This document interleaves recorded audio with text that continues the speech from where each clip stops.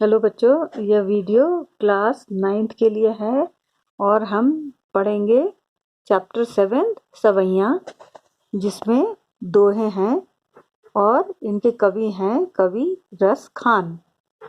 तो आइए रस खान जो कवि हैं इनके बारे में हम कुछ जान लें, इनकी ज़िंदगी के बारे में कुछ जान लें। उसके बाद हम बाकी दोहे पे जाएंगे। तो हिंदी साहित्य और ब्रज भाषा की सेवा करने वाले कृष्ण भक्त मुसलमान कवियों में रस खान का नाम बहुत ही ऊंचे स्थान पे लिया जाता है।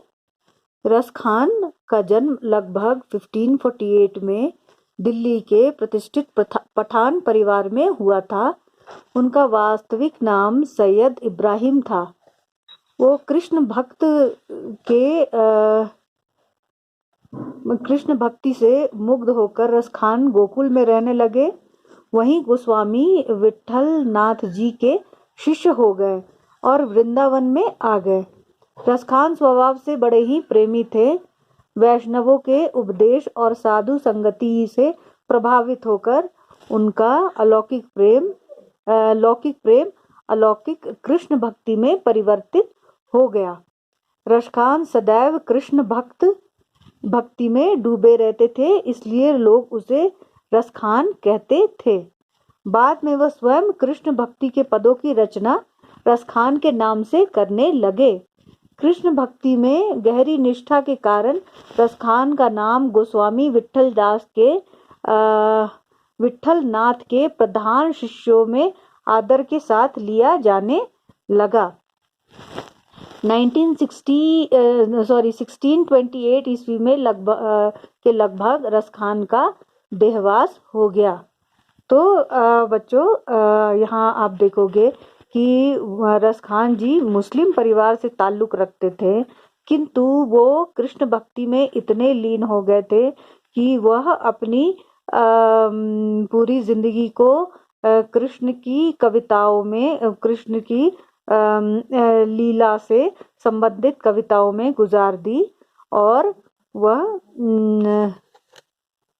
बहुत ही जाने माने प्रतिष्ठित कवि माने जाते थे। रस खान के साहित्य का विषय कृष्ण भक्ति और ब्रज प्रेम रहा है। मतलब उन्होंने जो भी कविताएं लिखी उसमें वो कृष्ण से ही संबंधित रचनाएं उन्होंने लिखी हैं। तो उनकी भाषा जो थी बहुत ही सरल थी और आम लोगों को समझ में आती थी। उनकी जो भाषा थी उसमें ब्रज भाषा का काफ़ी इस्तेमाल हुआ है और वो तद्भव शब्दों का भी काफ़ी प्रयोग किया करते थे। इस तरह से हम देखेंगे कि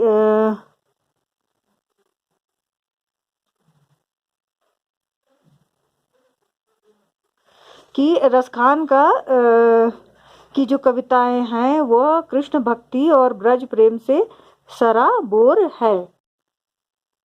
ठीक है बच्चों, तो अब हम शुरू करते हैं उनके कुछ लिखे हुए सवैयाँ।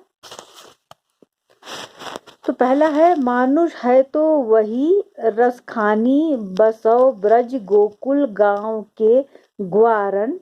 जो पशु है तो कहाँ बस मेरो, चरो नित नंद की धेनु मझारन। पाहन हो तो कही गिरी को जो कियो हरि, छत पुरंदर धारण। जो खग है तो बसेरो, करो मिली कालिंदी कूल क दम्ब की डारन। तो इसमें जो बच्चों कुछ कठिन जो शब्द है, मतलब जो कवि ने इस्तेमाल किया है उसका कुछ जो मीनिंग है वो मैंने लिख दिया है कॉपी में, आप पढ़ते समय देख लेना। तो अब उसका अर्थ हम जानते हैं। प्रस्तुत सवैया कृष्ण भक्ति की कृष्ण भक्त कवि रस खान द्वारा रचित है। इस सवैयों में कवि अपने अगले जन्म में भी कृष्ण और ब्रज भूमि के आसपास ही रहने की इच्छा व्यक्त करते हैं।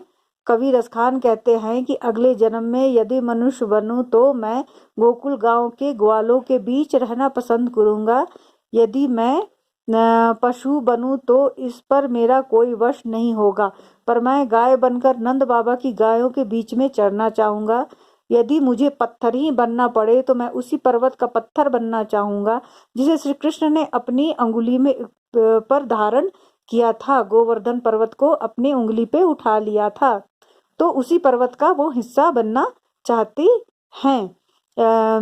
इंद्र के कोप से बचने के लिए कृष्ण ने गोवर्धन पर्वत को अपनी उंगली पर उठा लिया था। हाँ, यदि उनसे पक्षी बनना पड़े तो वह उसी पेड़ की डाली पे बसेरा करना चाहते हैं जहाँ यमुना नदी के किनारे कदम्ब के पेड़ हैं, जहाँ पे उनका कृष्ण ने रासलीला रचाई थी। दूसरी पंक्ति, दूसरा सेवैया, या लकुटी अरु कामरिया पर राज तिहु पुर को तजी डारो। आठों सिद्धि नौ निधि के सुख नंद की गाय चराई बिसारो। रसखान कबै इन आखिल सौ ब्रज के बन बाग तड़ाग निहारो। कोटि ए कल धौत के धाम करील के कुंजन ऊपर बारो। तो कुछ इसके इम्पोर्टेंट जो शब्द हैं उसका आप अर्थ समझ लेना। मैंने मीनिंग लिख दिया है ताकि आपको इन पंक्तियों को समझने में आसानी हो। प्रस्तुत समय में कवि श्री कृष्ण से संबंधित साधारण वस्तुओं के सुख को पाने के लिए जो बहुमूल्य वस्तुओं को त्यागने के लिए तैयार हैं। कवि रसखान कहते हैं कि श्री कृष्ण के ग्वाले और लाठी और कंबल के लिए वे तो तीनों लोकों के राज को कुर्बान करने के लिए तैयार है। उनके लिए लाठी और कंबल जो कृष्ण लेकर गाय चराने जाते थे वो राजपाट से भी ज्यादा महत्व रखता है। इस संसार में 8 प्रकार की सिद्धियां मतलब शक्तियां होती हैं और 9 प्रकार की निधियां मतलब धन दौलत संपत्ति होता है। तो मानी जाती है कि कवि कहते हैं कि ये नंद के गाय को चराने के लिए में जो उनको सुख प्राप्त होता है उसके लिए वह सब इन सब शक्तियों और दौलतों को भी त्यागने के लिए तैयार है। कवि अपनी खुली आंखों से ब्रज के वन बागों सरोवरों को निहारना चाहते हैं। कवि कहते हैं कि वे पवित्र ब्रज भूमि की कटीली झाड़ियों के लिए स्वर्ग के 100 महल भी त्यागने को तैयार है। भाव यह है कि जो सुख ब्रज की प्राकृतिक सौंदर्य को निहारने में है वह सांसारिक वस्तुओं से दूर दूर तक नहीं मिलता। वो कवि रसखान ब्रजभूमि से क्यों लगाव करते थे? वो इसलिए लगाव करते थे क्योंकि वहां कृष्ण जी ने रासलीला रचाई थी। उसके बाद मोर पखा सिर ऊपर राखी हो, गंज की माल गरे पही रौंगी। ओढ़ी पीताम्बर लो लकुटी बन गोधन ग्वारिन संग फिरौंगी। भाव तो वे ही मेरे रसखानी सो तेरे कहे सब स्वांग करौंगी। या मुरली मुरलीधर की अधरान धरी अधरा न धरोगी। इसका मतलब यह है कि पहले कुछ कठिन शब्द हैं उसका मतलब मैंने लिख दिया है। कवि कहते हैं गोपियां श्री कृष्ण की वेशभूषा पहनकर कृष्ण का रूप धारण करने को तैयार हो जाती हैं। वह कहती हैं कि मैं अपने सिर पर मोर का पंख लगा लूंगी, गले में रत्तियों की माला भी पहन लूंगी, श्री कृष्ण का पीताम्बर भी ओढ़ लूंगी और उनके समान हाथ में लाठी लेकर गायों तथा ग्वालों के साथ इधर वो गाय चराने भी चले जाऊंगी। वे कहती हैं कि मैं हर स्वांग के लिए तैयार हूँ, अर्थात तेरे कहे अनुसार श्री कृष्ण का रूप धारण कर लूंगी, पर अपने होठों पर श्री कृष्ण द्वारा बजाई जाने वाली बांसुरी को कतई नहीं रखूंगी। मुझे इससे चिढ़ है, क्योंकि गोपियां जब बांसुरी को अपनी सौत मानती थी, उनसे ईर्ष्या करती थी, अतः उसे अपने होठों से नहीं लगा सकती। उसके बाद है बच्चों चौथा, कान्ही दो अंगुरी सबीरो जब ही मुरली मंद बजे हैं।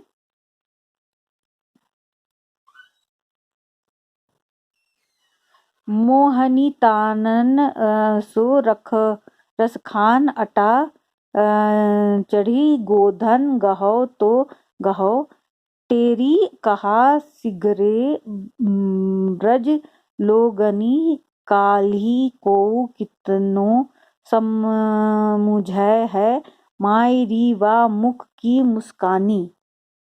प्रस्तुत सवैया श्री कृष्ण भक्त कवि रसखान द्वारा रचित है। इसमें श्री कृष्ण की मुरली से जो धुन और उसकी मुस्कान के अचूक प्रभाव पर गोपियां विवश हो जाती हैं, उसी का वर्णन है। रसखान उस स्थिति का चित्रण करते हुए कहते हैं कि जब कृष्ण मुरली को मंद मंद ध्वनि से बजाते हैं, तब गोपियां कानों में उंगली दे देती हैं, क्योंकि वह मुरली की धुन उन्हें विवश कर देती है।